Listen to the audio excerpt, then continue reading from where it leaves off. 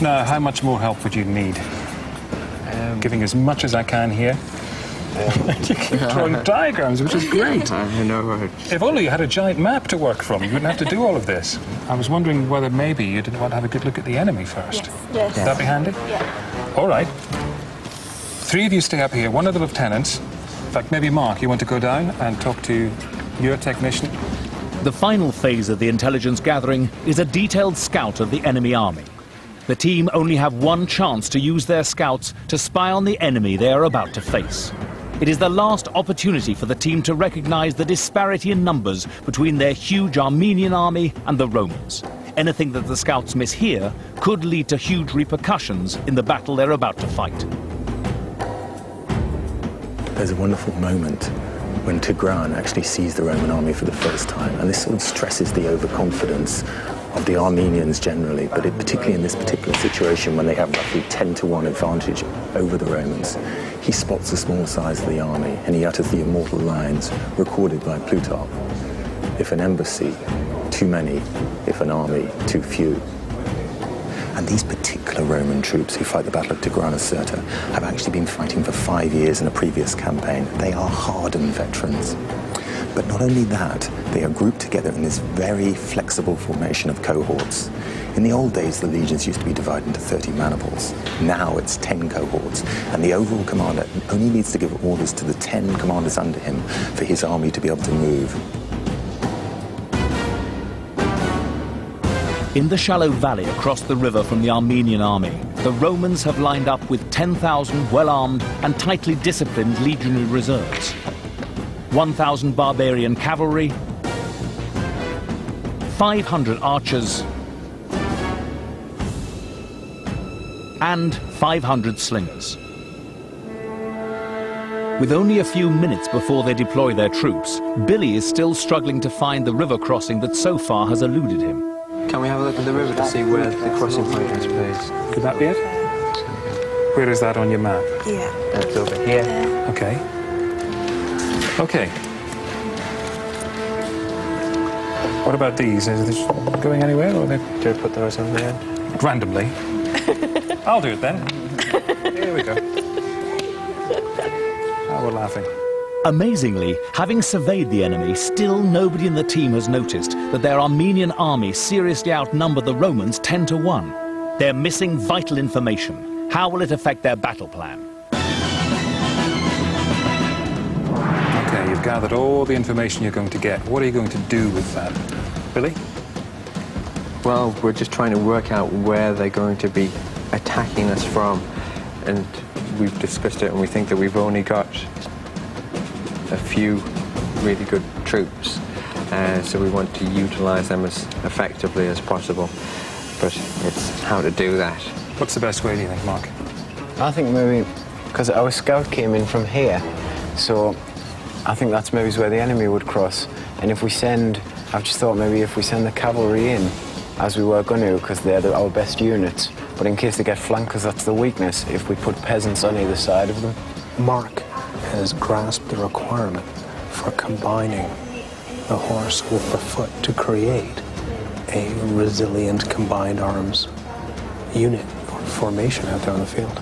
I think we can assume that the Romans are going to have to come across that way, so we know which way they're going to come in. Can I just ask, you're assuming that they're going to come across to you. Do you want to go and engage them? You could cross the ford if you wanted to. Why wouldn't you do that? They've got armor on, and it will slow them down when they're going through the water. If we let them I think come it's towards safer to let them come fire to at us. them. Yeah. So let them go through the water, and as they go through the water, fire. So we'll use our archers at that point. Fire and water. The question is, have they got time? Have they got enough time to get to that crossing before the Romans do? And if they get caught halfway out in the plain, they're in trouble. If this was high land, then we could put people at either side, couldn't we? Use your stick too to maybe move the enemy. They're going to be coming through the ford, presumably. Let's move the king back and out of the way and keep him safe. But does he not need to rally his troops? They're panicky peasants. So They need to see a show of confidence. So if he goes to the back. A key issue for Tigranes, the king of the Armenians, in this battle is that he doesn't like to get bad news. The first person who comes to Tigranes and says, the Romans are coming, Tigranes has him killed. So once the enemy starts to attack, what are you going to do? We're going to use our archers and our slingers to attack them as they're crossing through the water. And if you fail to stop them? We will support it with infantry to engage them as they come through, and then we will use the cataphracts. Yeah, the cataphracts.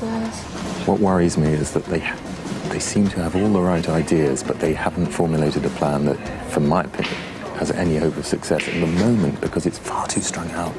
They need to concentrate their forces more. Is that a crossing point? Can they get across there?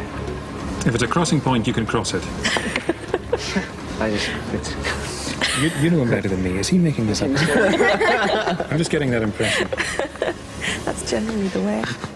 And one question that they have not asked is, what happens if the Romans get across in good order before they take up those positions? They're assuming they will be able to move and take up those positions.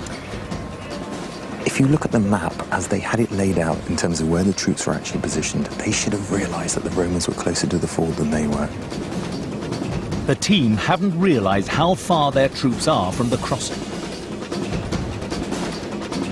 Can they achieve this ambitious plan and move this 100,000-strong army in time to meet the fast, efficient Romans? I think I've given you enough time to come up with your battle plan, and I'm confident you know what's going to happen. Somebody is, at least. Leanne, you know you're going to have to start barking orders very soon. I will, yes. Good luck. It's time to deploy your troops.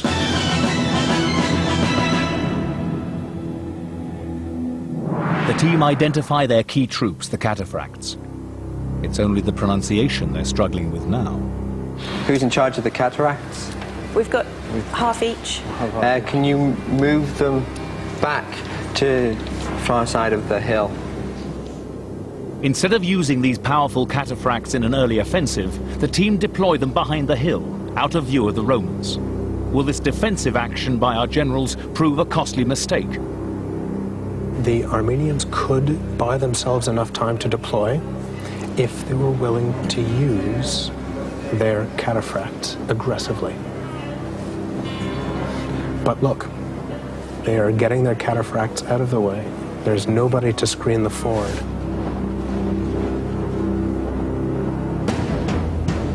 However, the efficient Roman machine has already slid into action, moving towards the ford.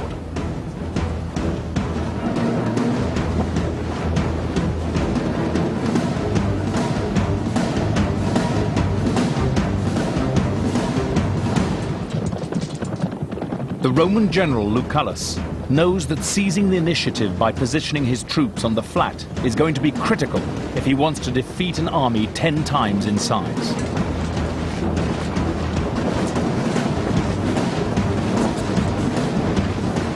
The Romans are skilled and drilled at rapid movement across country, even though Roman heavy foot are comparatively slow moving compared with lighter forces.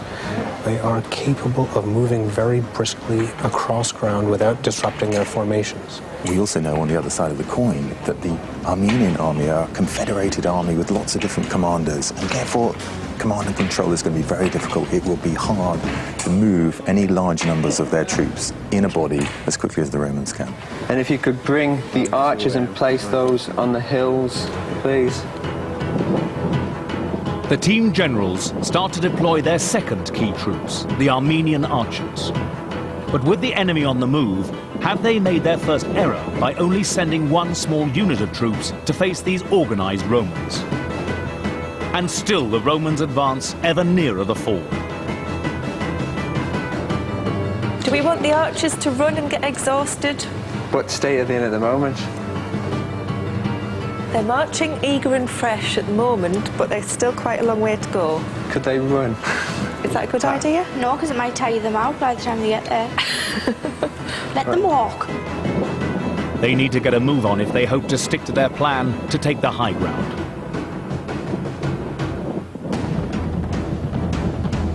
The Romans are fast approaching the crossing, and the Armenian archers are still walking.